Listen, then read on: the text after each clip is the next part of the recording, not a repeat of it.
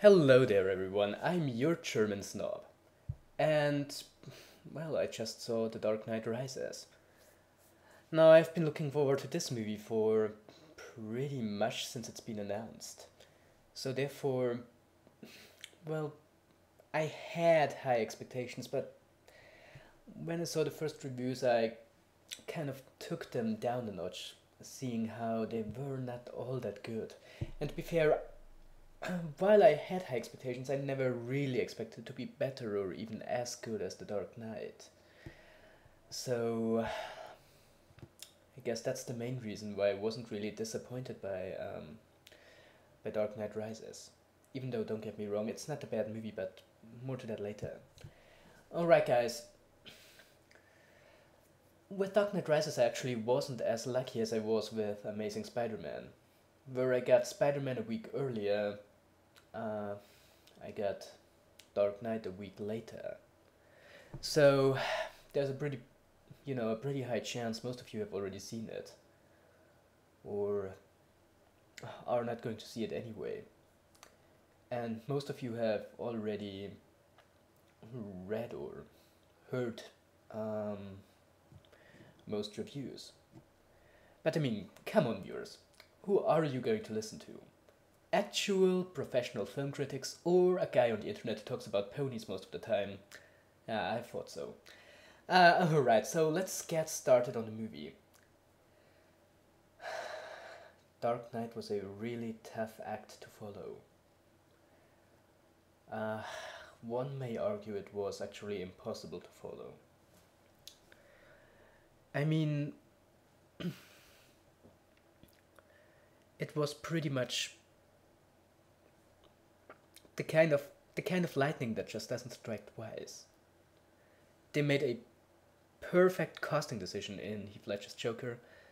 They had a they had a great movie to build up, to build on in Batman Begins, and they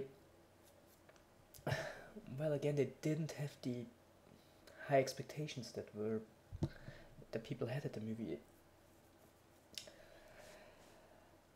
It's a whole different thing with Dark Knight Rises.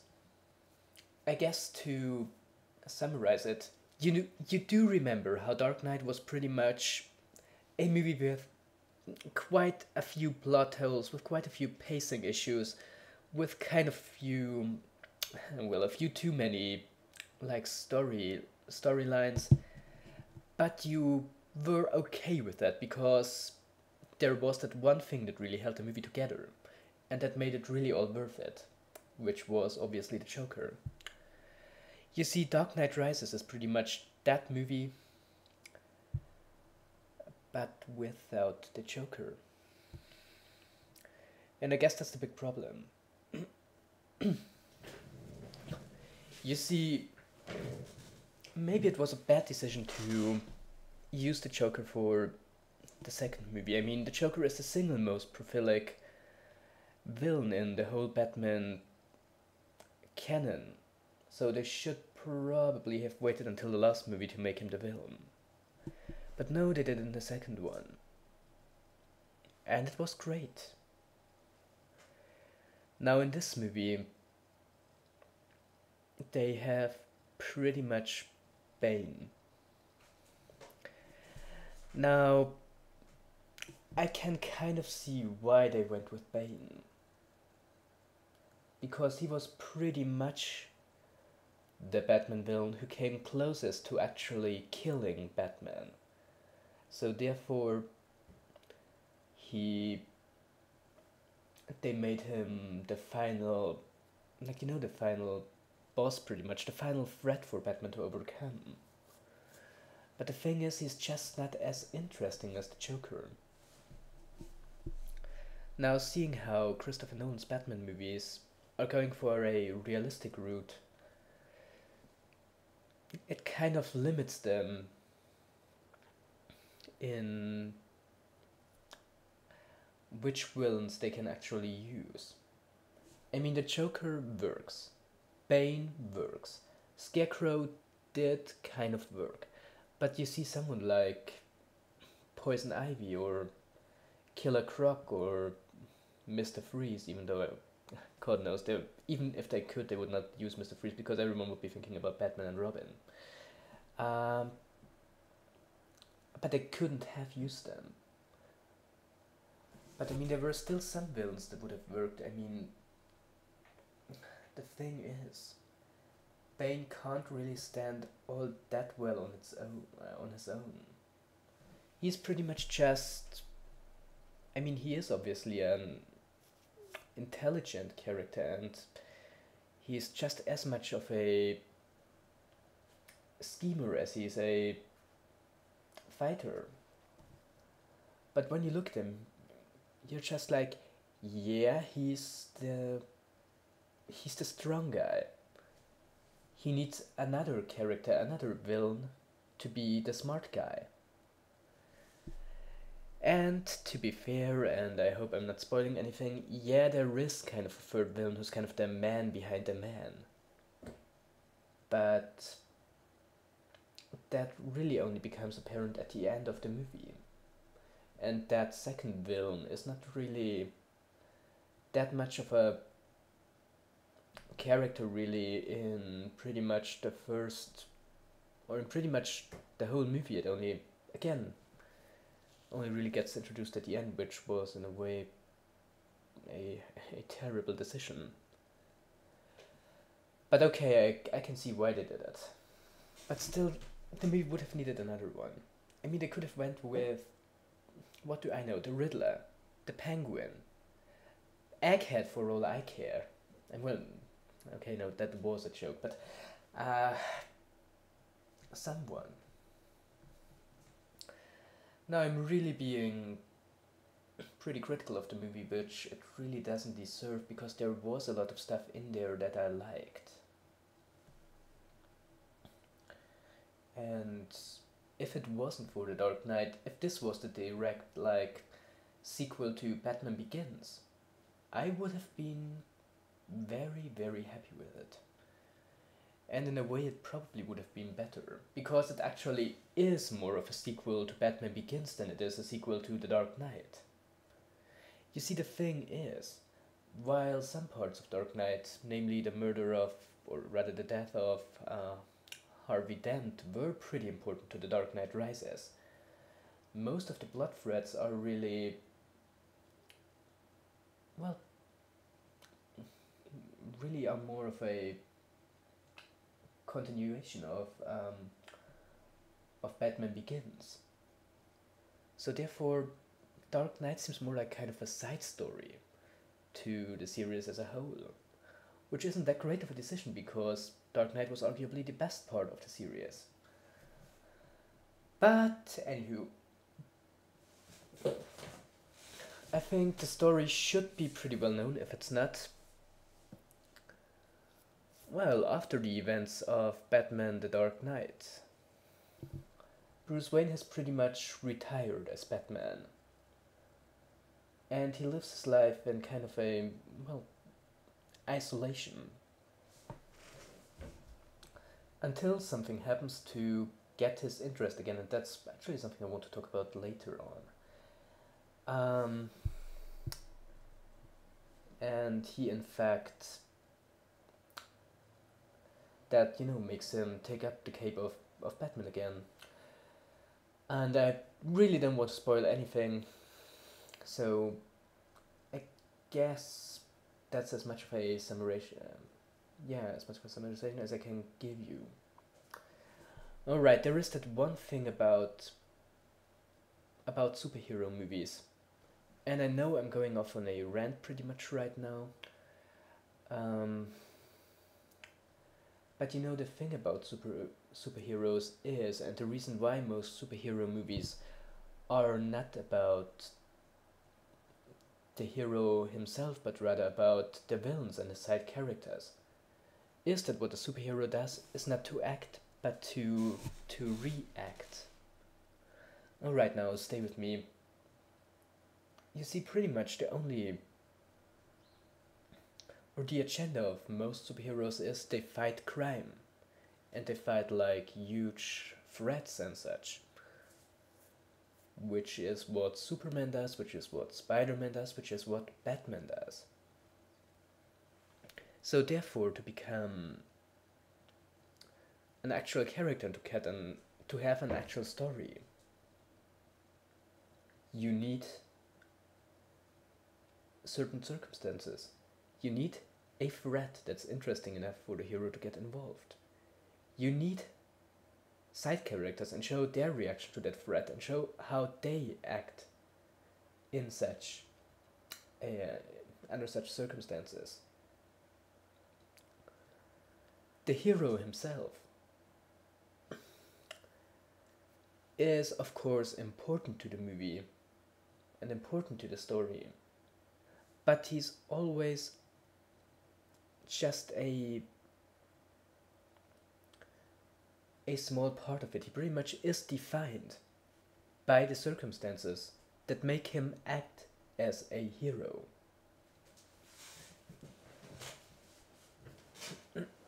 And that's the reason you need villains to make a story interesting, and you need those villains to be interesting. And the Joker, for example, in Dark Knight was a very interesting villain. In a way that Bane is not. And now let me explain that.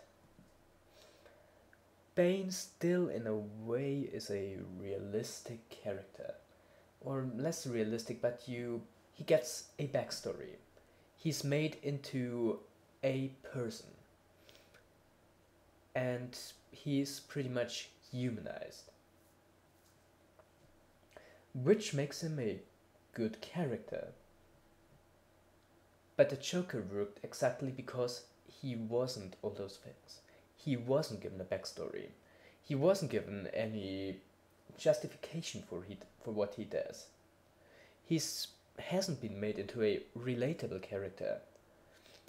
He has been made really straight out evil. And he's really all about causing chaos for the sake of causing chaos. And that's what he does. And again, it works so well because it's not realistic. By having a character that's so obviously evil and that seems to operate on his own kind of logic that's not relatable to anyone other than himself, he's made into an interesting villain for the other characters to react to. Because they are realistic characters, they are made into actual people. And they have to react to a threat that's pretty much the closest a realistic movie can get to a really unpredictable threat. Because that's what he is, he's unpredictable, he's just the definition of chaotic evil. And that's what made him work. Bane is not exactly like that. I mean, we get to find out what exactly he... he's still... I wouldn't say he's made relatable, because he still works in kind of his own, or still has kind of his own moral kind of standards. But he's actually made into a character, he's given a backstory, he's... you find out quite a lot about him during the course of the movie. You see he's that kind of leader of a paramilitary terrorist organization who wants to destroy the civilization of Gotham City, and well, he does so, which is pretty much the premise of the movie. So he's pretty much just a terrorist leader. And while that's certainly not a bad villain, it's just not as straight out interesting as the Joker was. So that's, I think, is the thing that makes the movie, coming down to it, weaker than The Dark Knight. The other thing is that Bane is a very physical villain. So it's really less about a duel of wits between Batman and him, and really more of a straight out duel of pretty much strength. There is nothing bad about it per se, but I think it's never as interesting as what would happen if you really put two minds against each other, which is, by the way, the reason I really wanted the Riddler to be the villain in this movie. Now, the other big character, except Batman himself and Bane in Dark Knight Rises, was Catwoman. And I liked her. Anne Hathaway, for one, was really well cast as Catwoman and had a great presence, and was also really, really, really hot. Don't look at me like that. And she was a very good character, and she had good character development. So I'm really happy with her.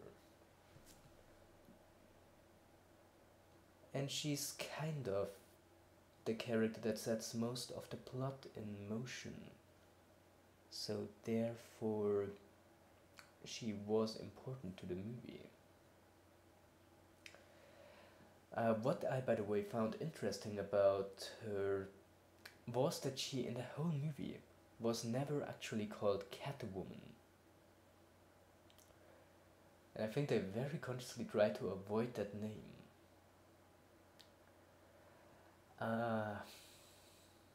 Which I found kind of weird. She was really just for the whole movie only called Selina Kyle. I think there was that one point where she was addressed as, the cat burglar, which is at least a little bit closer to it, but she was never actually called Catwoman. Which just struck me as kind of a odd decision. Really, she didn't have much of a cat motif in this movie, period. I mean, the way she wore her, whatever they were, I would have said glasses or goggles or something. Well, the way she wore them on her head kind of seemed like, or made them look like cat ears. But other than that, there wasn't really much of a motif here. But anyway, she was a really interesting character because she was, for most of the movie, very morally ambiguous. And she was obviously the love interest to Christian Bale's Bruce Wayne. And even though she's by no means as good, I would say that she's kind of the Heath Ledger of Rises. Seeing how she's that one character who kind of makes it really worth it, and who makes a decent movie into a actually really good movie. So I really liked her. Now, if the movie really focused on those three characters, that would have been really good. But the thing is, the movie had a lot of characters and had a lot of blood threads, and I think had a bit more blood threads than it could actually juggle. The big problem there is that by having, again, that many blood threads, it had kind of a problem keeping the focus on what's really important. And guys, this is a long movie, almost 3 hours, or like 2 hours, 3/4 of an hour. So this is a long movie, and it still has, again, too many blood threads. If they kind of trimmed it down a little bit, edited some stuff out, and made it a bit more simple, and had more focus on the main plot thread, I think it would have been a better movie. Now, to be fair, if there's one thing you can't fault Dark Knight Rises for, would be that it's not ambitious. Because it's very ambitious. And I think And that's, what I was just talking about, a little bit too ambitious. It was obvious that after The Dark Knight, they had to they had to do something bigger, something more epic, for the lack of a better word. And I'm not sure if that was such a great decision. Seeing how, with, raising the stakes that high, I think it kind of got away from the essence of what made the previous two movies good. Now, in the previous movies, there was always a very big threat to Gotham City. But Dark Knight Rises turned it into an out and out war zone. And I think that's not the kind of setting that Batman works well in.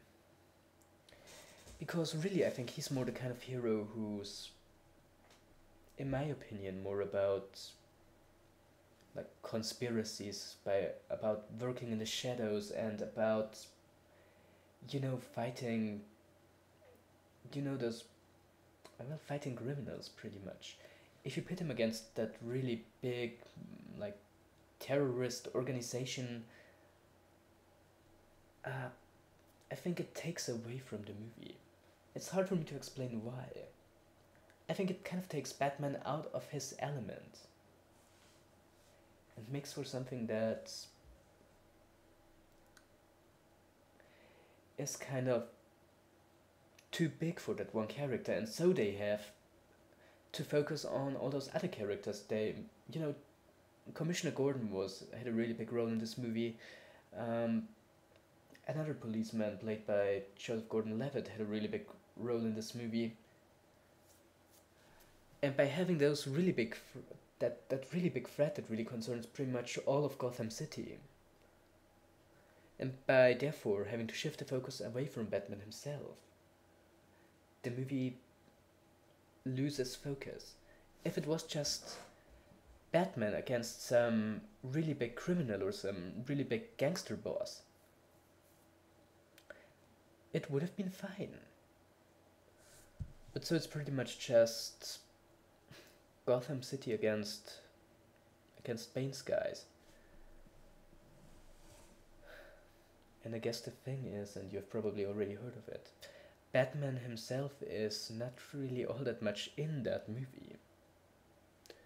Bruce Wayne a little bit more. Or, well, actually quite a bit more. But still, it was less a movie about Bruce Wayne or about Batman, and more really a movie about Gotham City.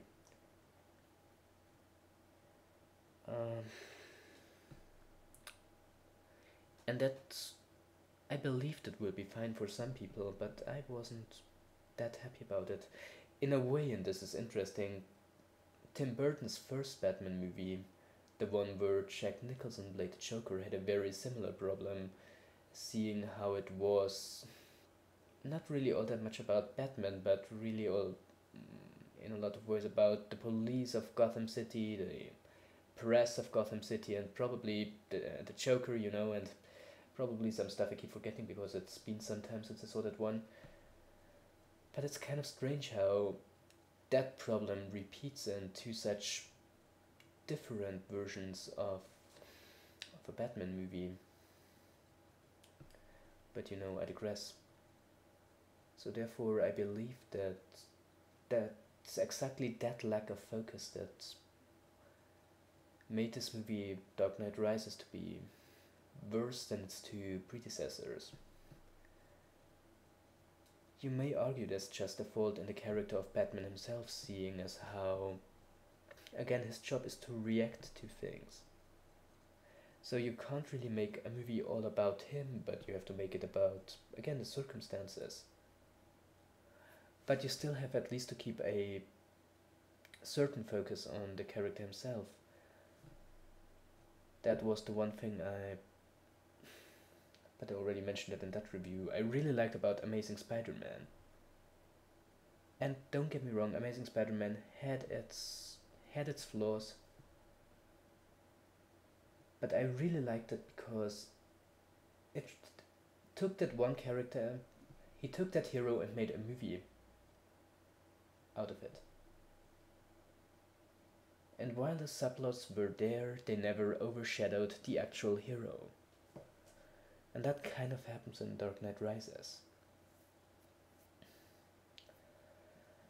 And the problem is that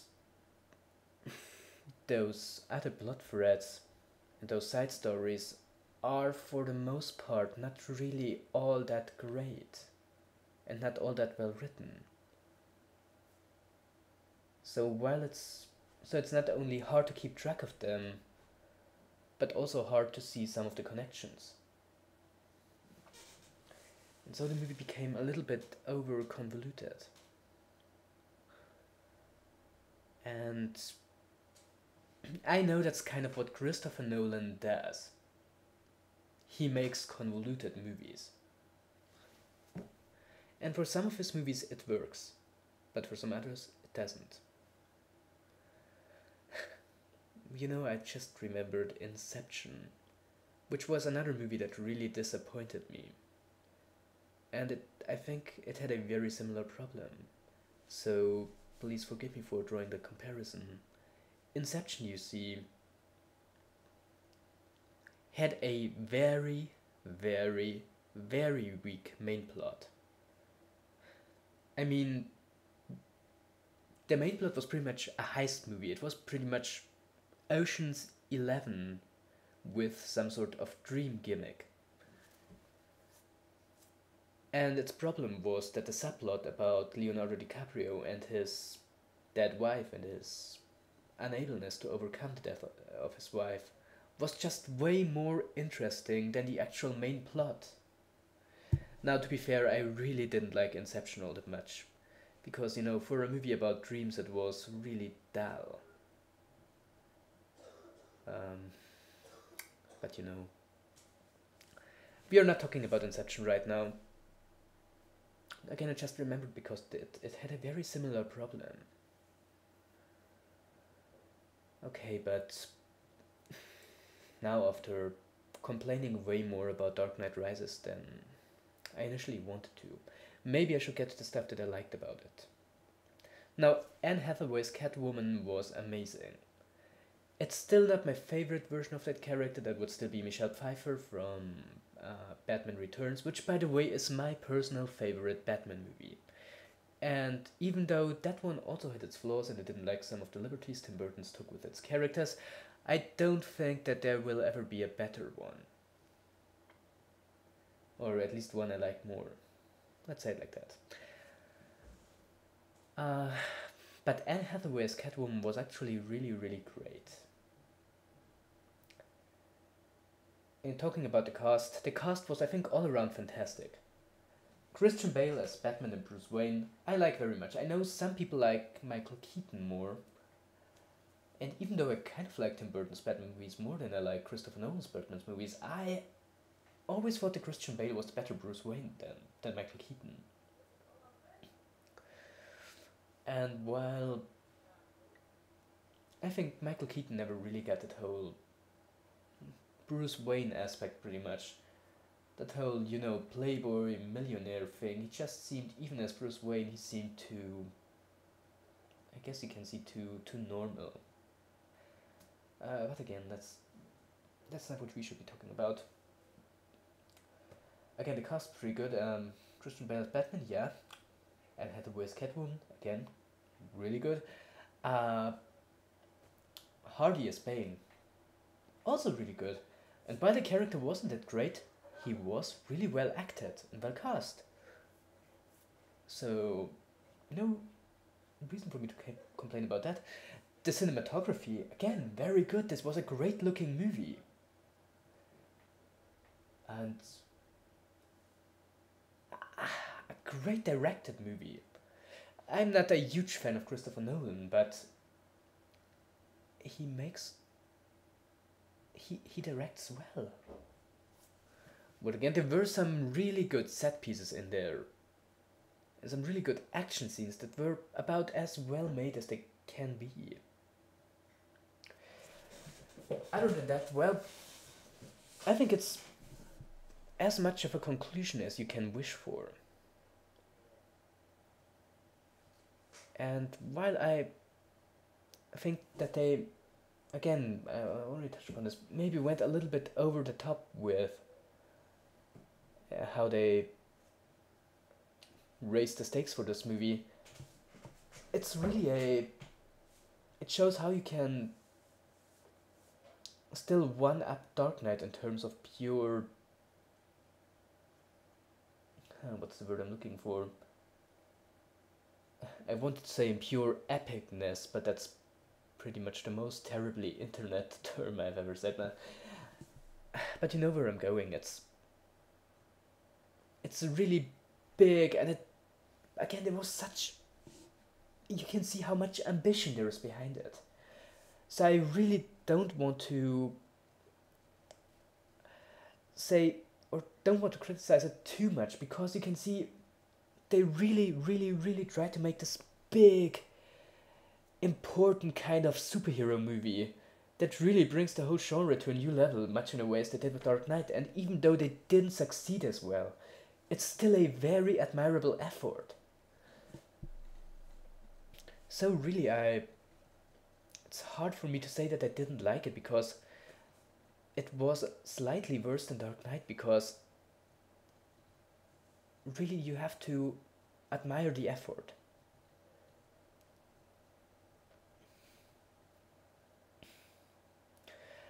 You see, the thing about it is, what the movie kind of lacks is what made The Dark Knight actually more meaningful. Dark Knight had at least a bit of political subtext and asked some morally ambiguous questions. And while the fight was very clearly cut good versus evil, and while the evil was really purely evil, there was at least some ambiguity for the character of Batman to ask the question how far a superhero can go to protect the people. And in Harvey Dent's character in Two-Face, there was actually, he was the morally ambiguous villain that the Joker wasn't. In Dark Knight Rises, though, it's always obvious what the right thing to do is. And it's always obvious what Batman does is morally right. And in a way, I think the distinction is much more clear-cut than it was in The Dark Knight. Again, the only real moral ambiguity comes from Selina Kyle's character. The fight between Batman and Bane is very straightforward, and I think a little bit too straightforward. So that's that. Again, I've already mentioned it, I admire this movie for what it's trying to do. And even though I had a lot to criticize, I really recommend it. Especially if you have seen the other two movies and you want a conclusion to them, I really recommend it. But just, don't expect it to be as good as The Dark Knight, just judge it on its own merits. And I think then most people will like it. And you know what? I'm kind of sad that Christopher Nolan's Batman trilogy ended. I want to be honest with you, I never really liked it as much as I liked Tim Burton's movies. And Batman Returns is for me still the best Batman movie ever made. But the Dark Knight trilogy tried to turn superhero movies into something really meaningful and turned them into a really serious kind of genre. And I think something will be missing now that they're over. And I think while they were not always perfect, there are just no other movies like them. Now it's obvious that the Batman series is going to have a reboot sooner rather than later. And I tell you what, I'm really worried for that. I mean, I've heard that they're trying to do some Justice League kind of thing, similar to the Marvel's Avengers. And I'm really afraid that those new Batman movies are going to be too much like the Marvel movies. And I think that would be kind of sad. Seeing how they really did something no one else did. And I'd hate to see them turn into just generic superhero movies. That's not what I want them to become. And excuse me for a second.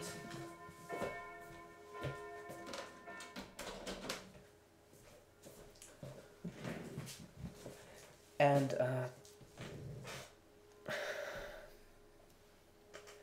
I believe they are very hard to follow up.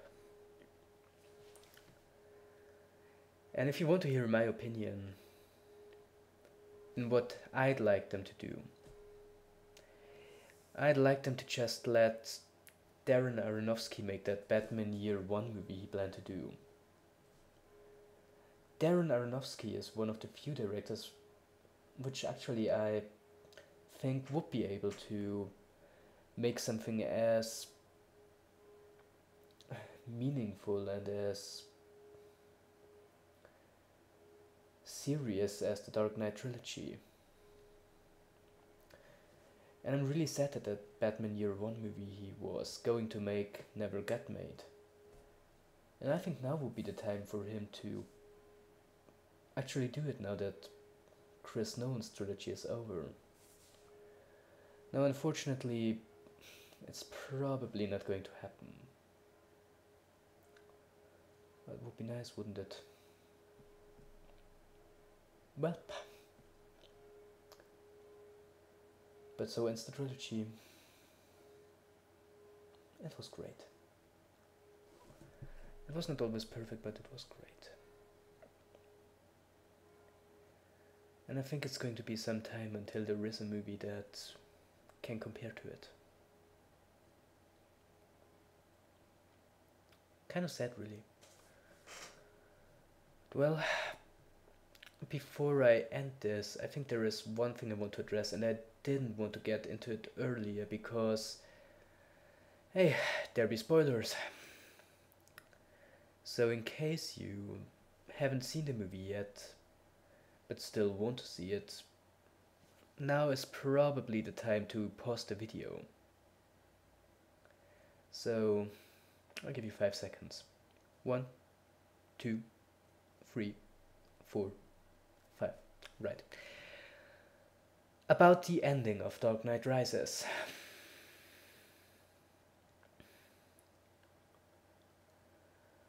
First, we are led to believe that Bruce Wayne sacrificed himself to save Gotham City, and that he died. A bit later we find out that he actually survived and just, left the country to meet with, to start a new life with Selina Kyle. The thing is, for one, it's never really explained how he survived, because really by all accounts he shouldn't have. Or maybe I missed something, but I really think there is no explanation for how he did it. And if you want to know what I believe, is that it was not actually Christopher Nolan's decision to let him live. but rather that he did it because of pressure from, I don't know, maybe the comics, maybe from DC, maybe the studio. But I think it was actually Nolan's intention to let him die. And he was pretty much pressured into leaving him alive. Uh, Not to be fair, it was, even though rather awkwardly foreshadowed at the beginning of the movie, somewhere around the beginning. But I think the ending would have been better if he would just have, well, if they would just have let him die. Uh, that's just my opinion. I don't want to say it spoils the ending, but it takes away of some of the impact it could have had. Yeah. So now that's the actual ending of the review. I'm your German snob. And I'm saying goodbye to all of you.